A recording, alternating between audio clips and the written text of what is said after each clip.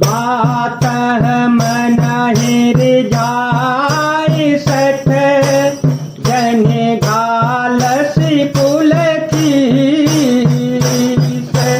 Ram विरोधन oversee शरण विष्णु अजईस तज मान अनुजैव प्रभु पद पंकज भंग ओहि के राम सरानल कल कुल सहित पतंग मंगल भवन अमंगल हारी कव हो सुदशरथ अजिर विहारी राम सिया राम सिया राम सिया राम सिया राम जय राम।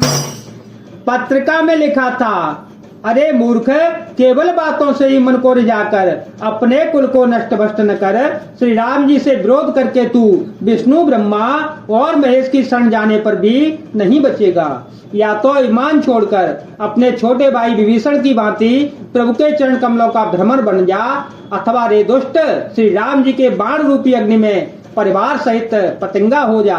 दोनों में से अच्छा लगे सो कर ले। सुन कैस भय मन मुख मुस्काई कह कह दसानन सबहि सुनाई भूमि पर आकर गहतय काका लगता कर बाद दिलासा तो करना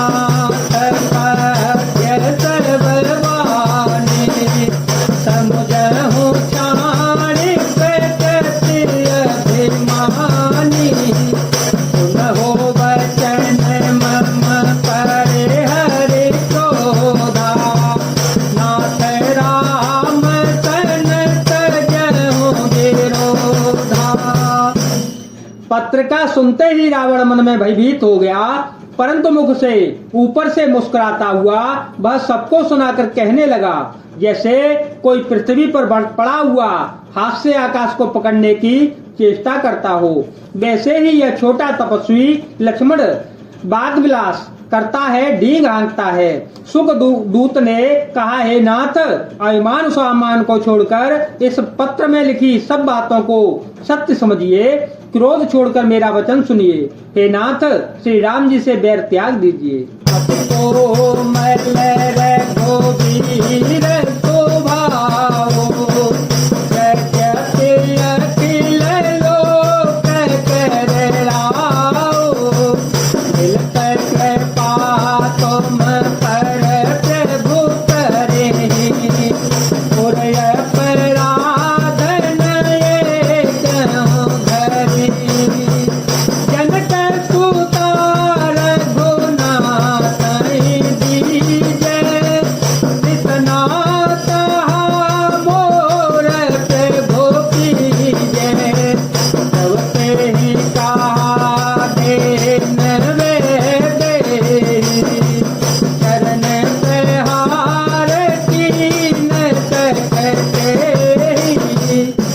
यद्यपि श्री रघुवीर जी समस्त लोकों के स्वामी हैं, पर उनका स्वभाव अत्यंत ही कोमल है। मिलते ही प्रभु आप पर कृपा करेंगे और आपका एक भी अपराध वे हृदय में नहीं रखेंगे।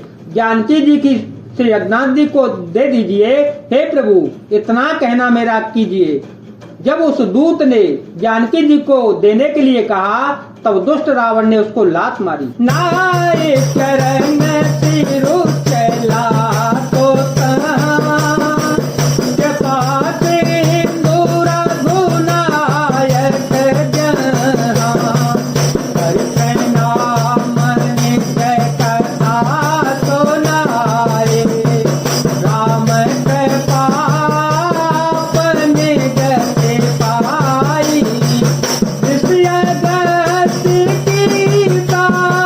भगवान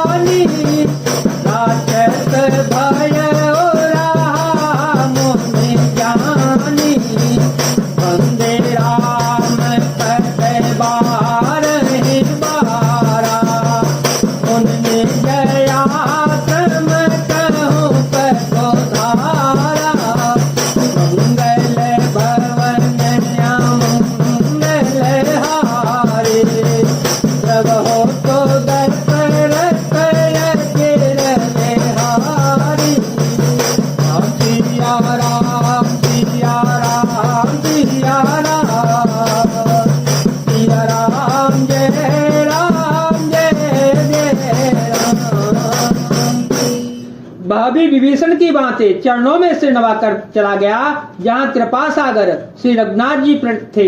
प्रणाम करके उसने अपनी कथा सुनाई और श्री राम जी की कृपा से अपनी गति मुनि का स्वरूप पाई। शिव जी कहते हैं, हे भवानी, वह ज्ञानी मुनि था, अगस्त ऋषि के साप से राक्षस हो गया था। बार बार श्री राम जी के चरणों की वंदना करके वह मुनि अपने आश्रम को चला गया। नयन मानत जल जल गाए 3 दिन बीत, बोले राम सतोष तव भय बिन होए न पीर।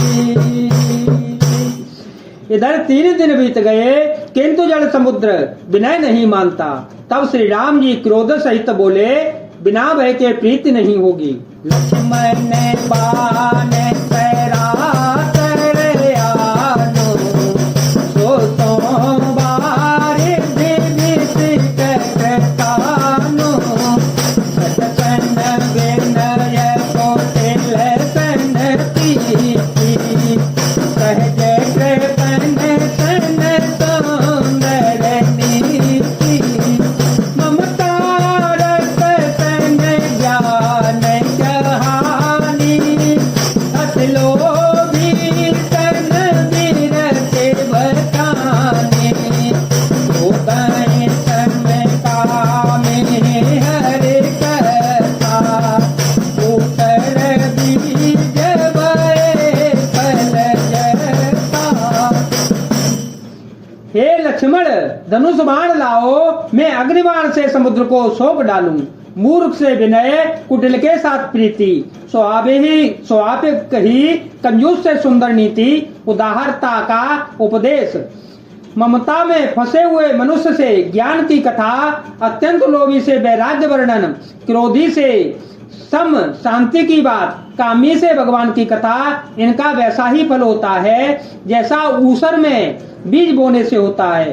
अर्थात ऊसर में बीज बोने की भांति यह सब व्यर्थ हो जाता है। अतः ही रघुपति जाप चढ़ावा, रमतल मन के मन भावा, संताने उठे गोबे से कराला, उठियो दधियो रयन सरे ज्वाला, सरे और गजब नयन सोलाने, करत जन को जलनी जल जाले, कनक तार भरी मन कन नाना, इस रूप आयो तके माना, सिया राम सिया राम सिया राम, सिया राम जय राम जय जय राम। ऐसा कहकर श्री रघुनाथ जी ने धनुष चढ़ाया। यह मत लक्ष्मण जी के मन को बहुत अच्छा लगा। प्रभु ने भयानक अग्निबाण संधान किया, जिससे समुद्र के हृदय के अंदर अग्नि की ज्वाला उठी, मगर सांप तथा मछलियों के समूह व्याकुल हो गए। जब समुद्र ने जीवों को जलते जाना, तब सोने के थाल में अनेक मणियां रत्नों को भरकर अभिमान छोड़कर वह ब्राह्मण के रूप में आया।